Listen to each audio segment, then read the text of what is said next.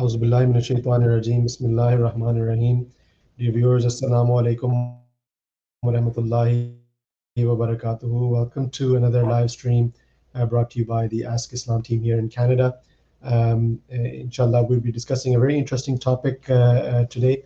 And before I get into the topic, just want to, I'm sure many of you who are joining us today maybe have joined us previously as well, and you're familiar with how the stream works.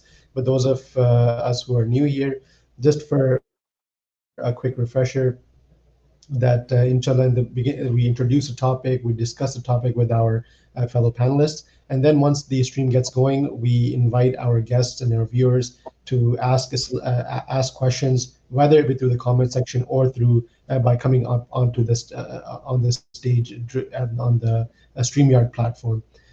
So we request our viewers who are joining us to please share the link of this stream on your social medias and with your family and friends, so that they also may benefit from this stream. Without further ado, I introduce you to the topic that will be discussing today, and that is Makkah: Journey to the Heart of Islam.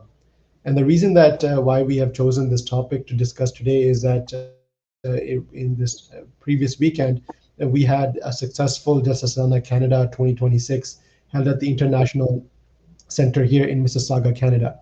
And in that Jalsa Salana, by the grace of Allah, the Review of Religions team held an exhibition with the same topic that we are discussing today, which is Makkah: Journey to the Heart of Islam. And in this exhibition, the team, they beautifully prepared, and they had set out many different banners and other memorabilia regarding and in connection to Makkah and how it became to be, and the Holy Kaaba and the history around it.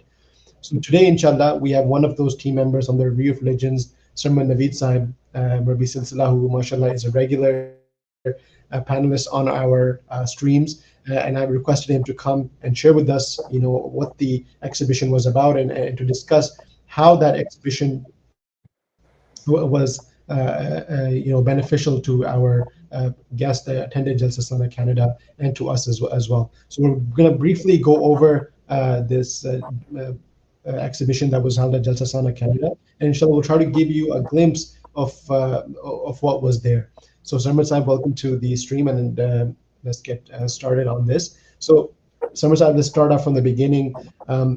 We've done this program before as well on the topic of Makkah or the Holy Kaaba, and what significance it holds in the history of Islam, and in relation to the Muslims. So if you can explain, why is the history of Makkah important to Islam and to the Muslims? Yeah, assalamu alaikum warahmatullah, jazakumullah khair for having me. It's interesting because when it comes to Mecca, we're talking about the birthplace of Islam, and the reason why it's so important to really understand the background of Mecca, even from before you can say the religious aspect of it. Although whether you can separate the religious aspect from Mecca or not, it's interesting because Mecca is home to, as you mentioned, the principal mosque of Islam. And in fact, the Holy Quran mentions that the Holy Kaaba, which is located in Mecca, is the first ever house that was built for the purpose of worshiping God, as a symbol of God, as a symbol of His unity. And even today, the 2 billion Muslims around the world will face in the direction of this mosque when they are praying. So the significance of it is, sort of right there in front of us in terms of why it's important, where it houses the principal home for the worship of God. But even beyond that, when we're talking about the origins of Islam and understanding how Islam came about and the miracle of Islam. And the reason I say the miracle of Islam is because when you understand and you go back to the history of Mecca and you see what society was like, the way that people used to live, the sort of, godlessness aside, but the immorality, the depravity, and the founder of the Ahmadiyya Muslim community, Hazrat Mirza Ghulam Ahmad, peace be upon him, has described it as people who were, you know, barbarians, who were uncivilized. In fact, there's a historian by the name of J.H. Dennison who describes the society of Mecca, and we're talking about pre-Islamic Mecca, as a tree which was rotted to its core, where there was lawlessness and godlessness, and every sect and tribe was against the next. This is the sort of society that existed in Mecca. And when the Holy Prophet Muhammad, peace and blessings of God be upon him, manifested and came and claimed that he had been commissioned by God to spread the message of Islam and the unity of God, it was within this society that then the promised Messiah, peace be upon him, describes that the Holy Prophet Muhammad, peace and blessings of God be upon him, took these people who were like wild ones and turned them into civilized men. And then he turned them into men who possessed moral qualities. And then he turned them into people who were godly people, who worship God. This was the miracle of Islam. And understanding the origins of Mecca, understanding the society of Mecca, is something which enables one to understand the revolution that Islam brought about. And it then has a deeper connotation to it, because that ignorance that existed at the time, that darkness that existed at the time, is not much more different than the ignorance and the darkness that may exist in today's time, or at an individual level where we might feel as people living in today's world and day and age, that we perceive and feel this darkness within us. And Islam is that light that can turn it around and enlighten us and bring us to towards God and towards a path of success, both in this world and in the spiritual realm as well. So understanding the origins of Mecca is something which can give a tangible connection, because a lot of times when we see something that is useful to us, we want to know, how did it come about? How was it made? Why is it that so many people are interested in where the soccer ball for the FIFA tournament is made? It helps you understand. It increases the connection that you have with the game. I mean, technically speaking, where the ball is made, how the ball is made, the process and all that, technically it shouldn't matter. But the reason that it does matter, and it so deeply does, is because it's another form of connection with the game, right? Soccer is a beloved game, or football, right? If I don't want to get in trouble from anyone, but it's a unique game. It's something which people around the world love, so it's already beloved. But these sorts of things of knowing where the ball comes, or knowing the history of a player, of your favorite player, right? Knowing their background and their story, where they came from. Why do people like this? It's because it gives you a deeper sense of connection to the game. And in the same way, when we understand the origins of Islam, the origins of the founder of Islam, and where Islam came from, and where the founder of Islam came from, it increases that connection, it deepens that connection. And so this is why, one of the reasons why, the Review of Religions, and I wanted to mention actually here, Atir Sahib, that the Review of Religions put this exhibition on in collaboration with the National Outreach Department of the Ahmadiyya Muslim community in Canada, the same department which organizes these live streams. It was a collaborative effort between the two departments, and without that collaboration, it wouldn't have been possible. Yes, Jazakallah Samir Saib for mentioning that. You're right. I mean, during the Salana, I also had the chance of visiting the exhibition, and it was amazing. Just to see all the research that went into detailing that went into this preparing this exhibition, and I'm sure many man hours went into this preparing for this exhibition and setting it up. And you mentioned that why is Makkah so important for Islam? Why is it important for Muslims? It's because we feel a connection through this history with Makkah, and by learning this, we learning the history of Makkah, and learning the history of Islam, where it originated from. It gives us a way of looking back and having a personal connection with that era, and also learning from that era as well. How in the society was a barbaric society, and then the Holy Prophet Sallallahu Alaihi Wasallam, he came and he reformed them, and how that reformation took place. And nowadays we also look at that we have spiritual darkness which is spreading throughout the world. And in the same way that the Holy Prophet Muhammad Sallallahu Alaihi Wasallam came into this world, Allah the Almighty has sent his the Messiah in his image, in his place, to come and reform the world and the society today. So Jazakallah Samir for putting it very eloquently. of the importance of learning about Makkah, learning about the history of Makkah, and around this. So, Samir Saab, I know that you were at the exhibition as well. If you can quickly tell us, what was the reaction of the guests that came to attend the exhibition, and why do you think it's important that this exhibition took place, and how it is, what is the significance of it to introducing Islam to the general public through Makkah? I mean, there's so many other ways that you can introduce Islam to the general public, but why did the religious team choose the history of Makkah and the history of the Holy Kaaba? That's a really, really good question, Atir Sahib, and I'll begin with this last part of your question first.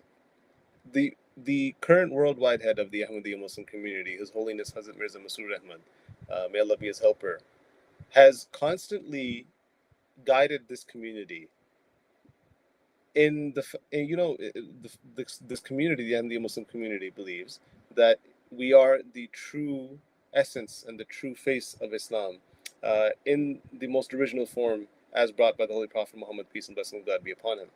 And in today's day and age, it's an unfortunate reality that Islam is often misconceived or misperceived or misconstrued. And in trying to introduce Islam to the world, the true Islam, not the Islam of the media, not the Islam of the extremists, or not the Islam of erroneous interpretation, but the true Islam as taught by the Holy Prophet Muhammad, peace and blessings of God be upon him. His Holiness has advised the community to find new ways of introducing Islam, of connecting people to Islam, rather than going about the same entry points and the same theological arguments that are age old and people are tired of hearing, frankly. And so this exhibition was very much so in line and in following the guidance of His Holiness Hazrat Mirza Masroor Ahmad, may Allah be his helper, to create a new entry point, a new form of connection with Islam, and that was through the history and the origins of Islam in Mecca. And so we had an exhibition where we talked about the historical implications of the area, of the region of Mecca. And then I think in order to give an overview, it's one of those things where you had to be there. But if I had to give an overview and sort of what people resonated with the most, one of the salient features of this exhibition was in relation to someone named Sadiq Bey, who was the first photographer of the Holy Kaaba in Mecca. And the exhibition actually had those original images displayed at the exhibition, which were taken by Sadiq Bey. And, seeing Mecca back, we see now today, it's common on social media or anywhere else to see images of the Holy Kaaba, of, the pilgrimage, but to see it from back then, and the earliest possible visual that we have of the area, it's something that really resonated with people. And then to have various artifacts such as copies of the Holy Quran, which are 200 years old, to have goat skins and water skins and coins that were used at the time of the Abyssinian king Negus even. These are things which, when people came and saw, these various artifacts, um, these were things which really resonated with people. And you asked, what was people's feedback? People's feedback was that they really, really felt connected with Mecca. And there was two schools of people, right? There was one group who perhaps hasn't had the opportunity to go and visit Mecca, and they said that not having been able to go, but it was almost as if having a piece of something to connect with, something to really a touch point almost to even not having been there, to connect with Mecca. And then there was the people who perhaps have had the good fortune of visiting there, and they said that even having visited there, coming to this exhibition, they felt that they felt this connection, almost as if they were transported back to their memories of what they had seen and experienced there. So, and then non-Ahmadis and non-Muslims who came in, and they were astonished, and a lot of them, their feedback was that it seemed as though it was a museum, walking into a museum, or walking into a portal which transported them to understanding and learning about the origins of Islam and its birthplace. So I think from that standpoint, only by the grace of God, we were able to successfully create that sort of environment for people to see Islam in a new light. Typically, like I said, you might be used to hearing theological aspects and arguments and whatnot, but to learn about Islam from a completely different angle, from a cultural standpoint, to know what kind of clothes did the Holy Prophet, peace and blessings of Allah be upon him, wear at the time, and the people around him. What kind of food did they eat? And one of the, I would say, highlights of this exhibition was that there were various scents which were on display for people to smell. And these were scents which were present at the time and used at the time of the Holy Prophet Muhammad, peace and blessings of Allah be upon him. And so imagine having, we're not able to, see the Holy Prophet Muhammad, peace and blessings of Allah be upon him. We're not able to hear him. But to have these scents, which, were used 1400 years ago, and have that sensory touch point and a connection point, I think was, even for me personally, something so unique and so interesting and so moving that I think it was it's something so simple yet so profound in its impact. So I think from that standpoint, by the grace of Allah, it was a very impactful exhibition. And, you know, the viewers might be wondering, well, okay, maybe if we missed out, you know, well, what does this all mean to us? What can we do? And, not all hope is not lost. The Review of Religions, in its March 2026 edition, has actually encapsulated all the information that was present at this exhibition, and has printed it in its March 2026 magazine edition.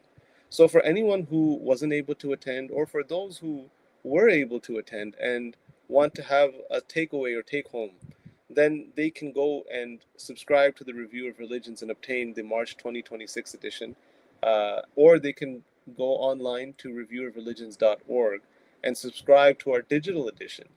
And there they can have access to all the material, all the information, which was so striking and so moving for people who attended this exhibition.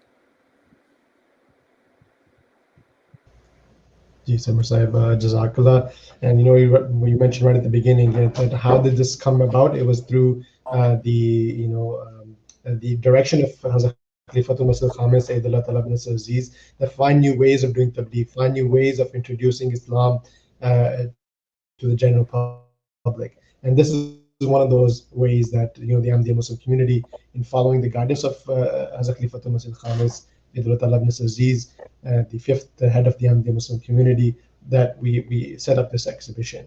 And you mentioned that there was many memorabilia that were there in the exhibition. I also got to witness them.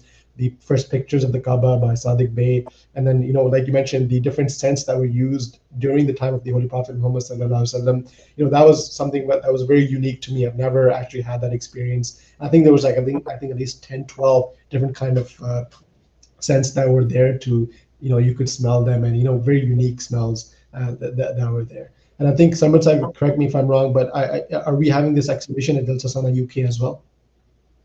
So this was the exhibition which was held last year at the UK Jalsa Salana. Okay. So not this year. No, it's not in the plans for this year. Oh, not in the plans. Okay. So, like you mentioned, then I think if you missed out and you weren't able to attend the exhibition, then the March edition of the Review of Religion magazine is a great resource to learn about Makkah, to learn about the history and the experience. And it all comes back to that personal connection.